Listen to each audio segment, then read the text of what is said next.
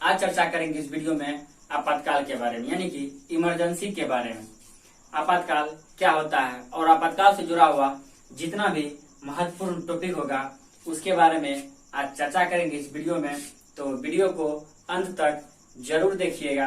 तो आइए देखते हैं आपातकाल से जुड़ा हुआ महत्वपूर्ण टॉपिक एवं अनुच्छेद। तो आपातकाल का जो चर्चा किया गया है वह संविधान के अनुच्छेद 352 से 360 के बीच में आपातकाल के बारे में बताया गया है, जिसमें कि संविधान के भाग 18 में इसके बारे में चर्चा किया गया। यानी कि संविधान के भाग 18 में अनुच्छेद 352 से 360 के बीच में चर्चा किया गया। तो आइए देखते हैं अनुच्छेद 352। इसमें जो है अनुच्छेद 352 में राष्ट्रीय आपातकाल के बारे में बताया गया।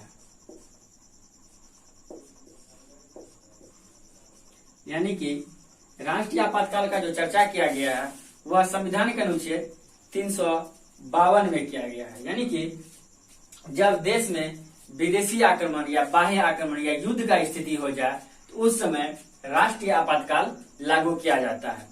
राष्ट्रीय आपातकाल जो लागू किया जाता है यह केवल मंत्रिमंडल की सिफारिश पर, यानी कि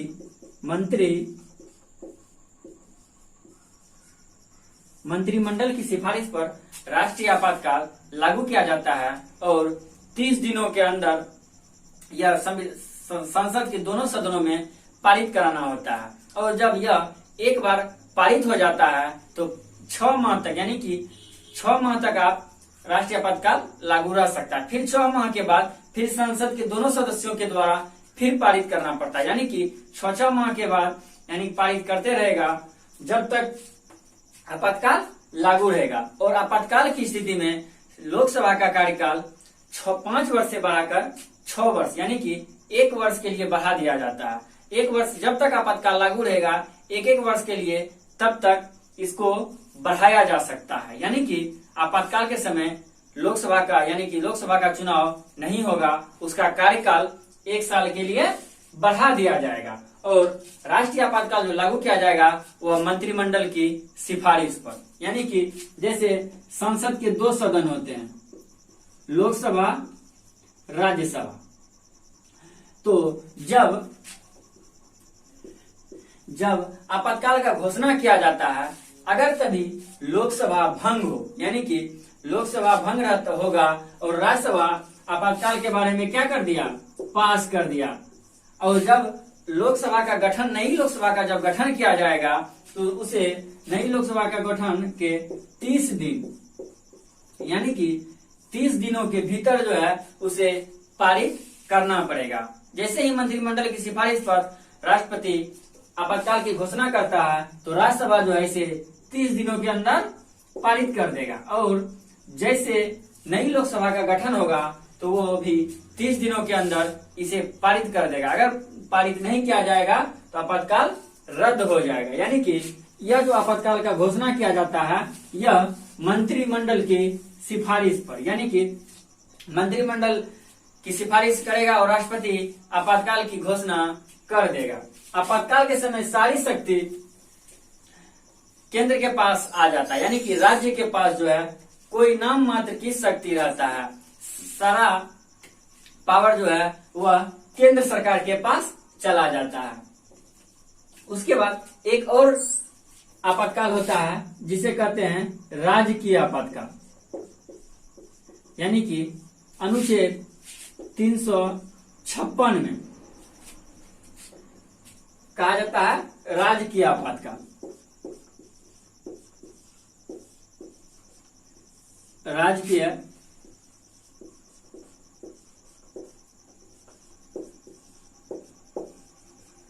राजकीय आपातकाल, यानी कि इसे राष्ट्रपति शासन भी कहा जाता है।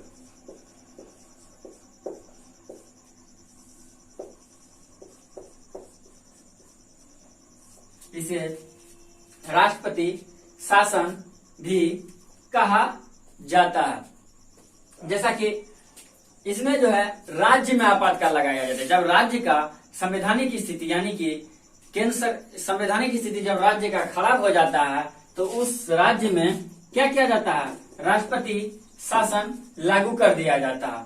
तो यह संविधान का अनुच्छेद 356 के तहत क्या किया जाता है, राजकीय आपातकाल का घोषणा किया जाता है। संविधान का अनुच्छेद 358 में कहता है, यानी कि अनुच्छेद 358 में कहता है यदि राज्य का संवैधानिक स्थिति खराब हो जाए, यानी कि अगर राज्य का संवैधानिक स्थिति विफल हो जाए तो क्या किया जाता है, राजकीय आपातकाल लगाया जाता है।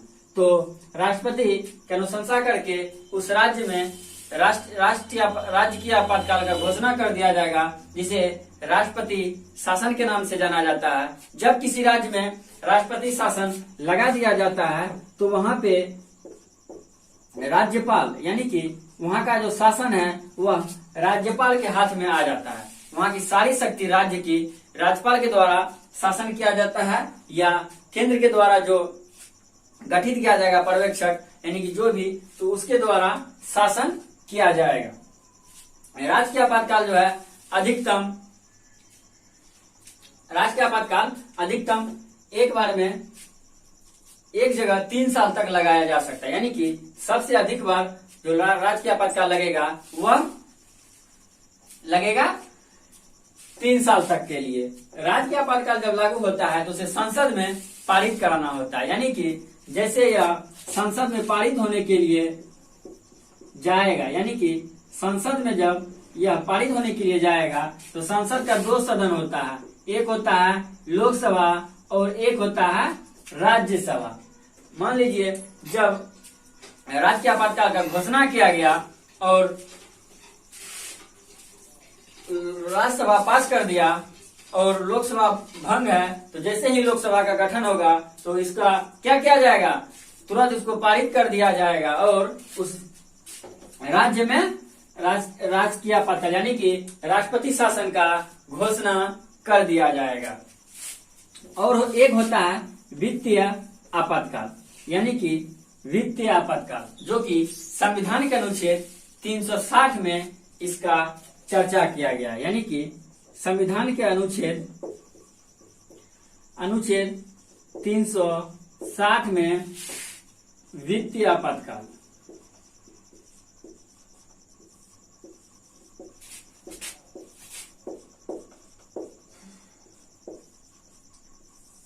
यह जो है 360 में वित्तीय आपातकाल का घोषणा किया जाता है, जो कि जब किसी देश का जब वित्तीय स्थिति यानी कि अर्थव्यवस्था जो है पूरा तरह से चौपट हो जाता है तो उस देश में वित्तीय आपातकाल लगाया जाता है।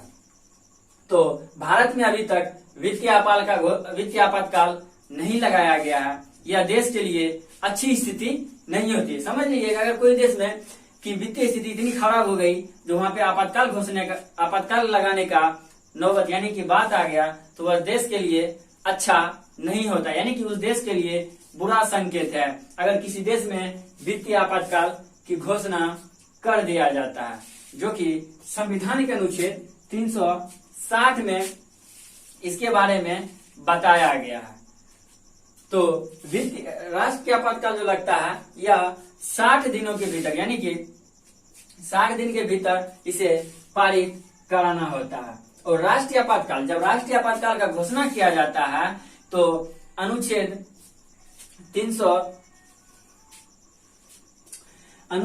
यानी कि इसके तहत मूल अधिकार का सभी चीज को खत्म कर दिया जाता है, यानी कि आपका जितना भी मूल अधिकार है वह सभी को खत्म कर दिया जाएगा। सिर्फ 20 और 21 को छोड़कर जितने भी मूल अधिकार हैं सभी को खत्म कर दिया जाता है, यानी कि जैसे ही आपातकाल का घोषणा होगा आपकी सभी स्वतंत्रता यानी कि जितना भी आपका मौलिक अधिकार है सभी को खत्म कर दिया जाएगा। और सिर्फ 20 और 21 यानी कि 12 से 35 तक में जितने मौलिक अधिकार का चर्चा किया गया है उसमें 20 और 21 को छोड़कर सभी को खत्म कर देगा, यानी कि आपकी सारी आजादी खत्म हो जाएगा। और जब 360 के तहत वित्तीय आपातकाल का घोषणा किया जाता है तो सारे क्या होता है, राष्ट्रपति और राष्ट्रपति जज का वेतन को छोड़कर सभी का वेतन घटा सकता है, यानी कि वेतन में कमी किया जा सकता है, खर्च में कमी कर दिया जाता है, जितने भी अधिकारी हैं उसके वेतन में कमी कर दिया जाएगा, जो कि संविधान के अनुच्छेद 360 के तहत लगाया जाता है। और राजकीय आपातकाल यानी कि राष्ट्रपति शासन जब लागू किया जाता है तो वह 356 के तहत यानी कि 356 के तहत यानी 358 में अनुच्छेद 358 में कहता है कि अगर राज्य का संवैधानिक यानी कि राज्य का संवैधानिक स्थिति जब विफल हो जाए तो राज्य में राष्ट्रपति शासन लागू कर दिया जाएगा। और अनुच्छेद 365 में कहता है कि यदि केंद्र के दिशा निर्देश को अगर राज्य नहीं मानेगा तो भी राष्ट्रीय आपातकाल लागू कर दिया जाता है, यानी कि 358 में कहता है कि राज्य का अगर संवैधानिक स्थिति विफल हो जाए तो राष्ट्रपति शासन उस राज्य में लागू कर दिया जाएगा। भारत में सबसे पहले राष्ट्रपति शासन पंजाब यानी कि पहले पेप्सू हुआ करता था, वहीं पे सबसे पहले राष्ट्रपति यानी कि राष्ट्रपति शासन का घोषणा किया गया था, जो कि पंजाब है। 365 में कहता है अगर केंद्र सरकार के दिशा निर्देश को वह राज्य सरकार अगर नहीं मानेगी तो वहां पे राष्ट्रपति शासन लागू कर दिया जाएगा, यानी कि दो स्थिति के कारण राष्ट्रपति शासन लागू किया जाता है। तो अभी तक भारत में 3 बार यानी कि अभी तक जो है भारत में 3 बार क्या किया गया है, इमरजेंसी यानी कि राष्ट्रीय आपातकाल का जो घोषणा किया गया है अभी तक में 3 बार किया गया है। एक बार 1962 में जब चीन से युद्ध हुआ था, यानी कि 1962 में चीन युद्ध के समय आपातकाल का घोषणा किया गया था। दूसरे बार जब 1971 में बांग्लादेश के साथ युद्ध हुआ था, यानी कि 1962, 1971 और 1975, यानी कि 3 बार राष्ट्रपति शासन यानी कि भारत में राष्ट्रीय आपातकाल का घोषणा किया गया है। और राजकीय आपातकाल 356 में और वित्तीय आपातकाल 360 में। तो दोस्तों यह वीडियो आपको कैसा लगा कमेंट बॉक्स में जरूर बताइएगा। दोस्तों फिर मिलेंगे अगले वीडियो में।